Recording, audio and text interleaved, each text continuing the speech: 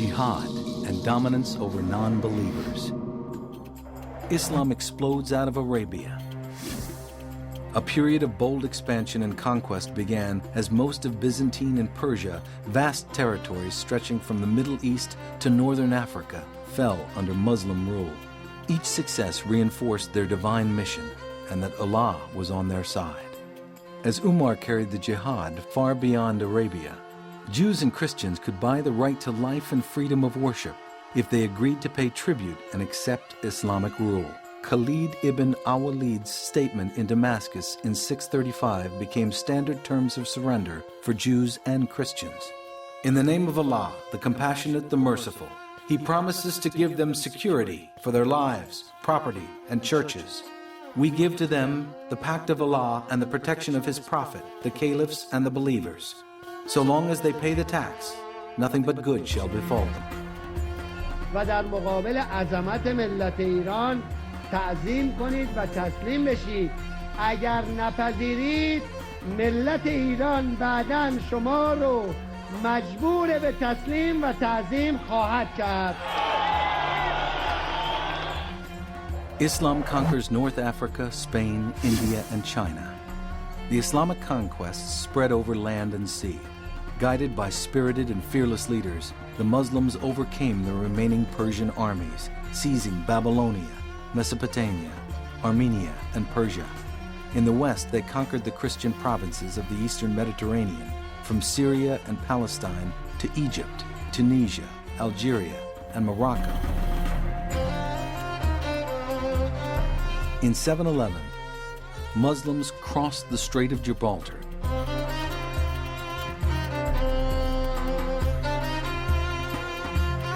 Advancing into the Iberian Peninsula to establish a foothold in Europe. A few years later, they controlled all of Spain and Portugal. The Muslims then headed for Europe's heartland. They were halted in the Pyrenees by Frankish leader Charles Martel at Narbonne in 720, and in 732 at the Battle of Tours at Poitiers. By 751, Islam had expanded all the way to the Indus River Valley in India and central China. A little over 1 century after the death of the Prophet Muhammad, Muslim rule covered more of the earth than did the Roman Empire at its peak. The dhimmi, the tributaries. Under Islamic rule, Jews and Christians were permitted full administrative and judicial control over their communities through their religious authorities, the bishop or rabbi. Jews and Christians were allowed to keep their original faith and live under Islamic supremacy within the Ummah in a tolerated, protected status and pay a tribute tax. Islam regards Jews and Christians as religio-political communities, as Islam sees itself, but inferior. The status of Jews and Christians under Islam is one of natural inequality based on divine beliefs, because Jews and Christians failed to recognize Muhammad as the final messenger of God, thereby accepting Islam. Islamic rule recognizing a place, albeit an inferior one, for other revealed religions represented a considerable advance for the era. The very idea of coexistence, even in a state of inequality, and the granting of self-administration, though oppressive by modern standards, was tolerant by medieval standards. According to a hadith, the Prophet once said, Allah would torment those who torment people in the world. Beware of the supplication of the oppressed, for there is no barrier between him and Allah. Whoever will kill a tributary will not smell the fragrance of paradise. The Covenant of Umar. As Islam expanded through Africa and Asia, it subjugated and absorbed millions of people. As Islam was the true path, Muslim conquerors saw themselves as the rightful heirs of Jewish and Christian civilization, monuments, culture, and history. و پیامبر عزیز ما وارث همه پیامبران. Mosques were built on the holiest of Jewish temples and Christian churches. Many cities lost their original names. Amid, Armenia, was renamed Diyarbakir. Constantinople became Istanbul. Jerusalem was renamed Al-Quds, and Hebron became Al-Khalil. And throughout history, Islam has demonstrated through words and deeds the possibilities of religious tolerance and racial equality. Though many hadiths cited the Prophet's admonitions against mistreatment of protected peoples, the dhimmi status evolved to one of oppression and humiliation as a new body of rules emerged, known as the Covenant of Umar, all to demonstrate the absolute supremacy of Islam. The new dhimmi system would be practiced over an expanse of continents for over 1,000 years. The implementation and harshness or level of tolerance for dhimmi under Islam varied depending on time and place and the ruler. Discriminatory taxes. Kharaj was a tax on cultivating land for farming. Jizya, a poll tax often paid at a humiliating public ceremony in which the dhimmi was struck on the head. In some areas, a receipt for the jizya was worn around the neck as a mark of dishonor. Places of worship. The construction of new synagogues and churches was forbidden. Liturgy. The ringing of church bells, the sounding of the ram's horn, shofar, in public was prohibited. Burial. Dhimmi cemeteries, considered as being within the realm of hell, were not respected. Law. Dhimmi testimony in court was not considered valid based on hadiths, which maintained that non-believers were of perverse and diabolic nature because they persisted in denying the superiority of Islam. Public administration. Dhimmi were excluded from public office, so a non-believer should never exercise authority over Muslims. Living quarters. Dhimmi houses had to be smaller than Muslims. Slaves. Dhimmi were not permitted to own slaves who converted to Islam. Matrimony. Marriage or sexual relations between dhimmi and Muslim women was punishable by death. However, a Muslim man could marry a dhimmi woman. Degrading tasks.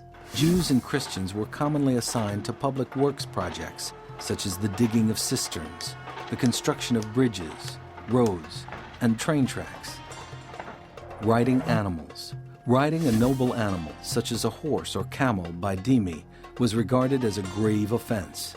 Dhimmi were allowed to ride on donkeys. A dhimmi would typically have to dismount and pass a Muslim on foot to show respect. Now Muslims were under the rule of powerful Christian armies, and Muslims throughout the Ummah were shocked. How could Christianity have overcome Islam? How could non-believers with an inferior religion control the true believers who had submitted to Islam? Islamic religious leaders and thinkers concluded that Islam had lost its way over the years from the straight path revealed by Muhammad. Only with return to authentic Islam would the Ummah recover God's approval and support. The Prophet Muhammad had reacted similarly to losses to the Meccans at the Battle of Uhud, and thus helped to reinforce the idea that Muslims should respond to setbacks and challenges by looking inward to their ideology and roots for solutions.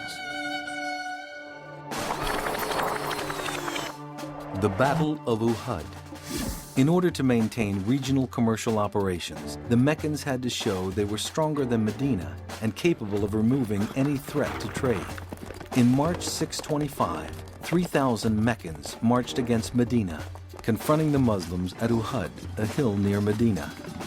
In the battle, the Meccans killed 75 Muslims, while losing only 27 of their men. The Muslims, in fact, prevailed as the Meccan goal to remove Muhammad had failed. However, while the Muslims were not defeated militarily at the Battle of Uhud, the higher loss of men was considered a spiritual failure, since military and religious issues were inseparable. Why had they lost? Had they lost Allah's favor? As Badr was a sign of God's vindication, did Uhud signify loss of favor? Muhammad realized that Muslims had become too interested in the booty of war and forgotten their duty to God. Thus, God allowed the Muslim setback at Uhud as punishment for abandoning him and as a test. Such were the religious issues created by the Battle of Uhud: soul-searching, accepting some blame, and a return to traditional values in the face of Islamic defeat would become an enduring theme throughout the ages.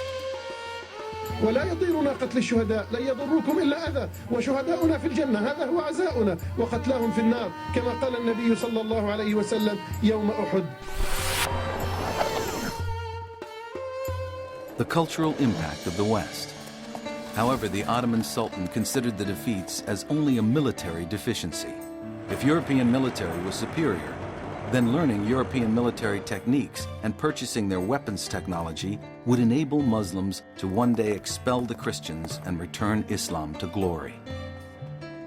However, the import of European weapons necessitated the arrival of European ideas and institutions to support them, all of which shook the essence of the Ummah as much as the military defeat. Europeans brought economic and technical progress to Dar al-Islam, building an infrastructure of highways, railroads, bridges, and ports, followed by the introduction of automobiles and electricity.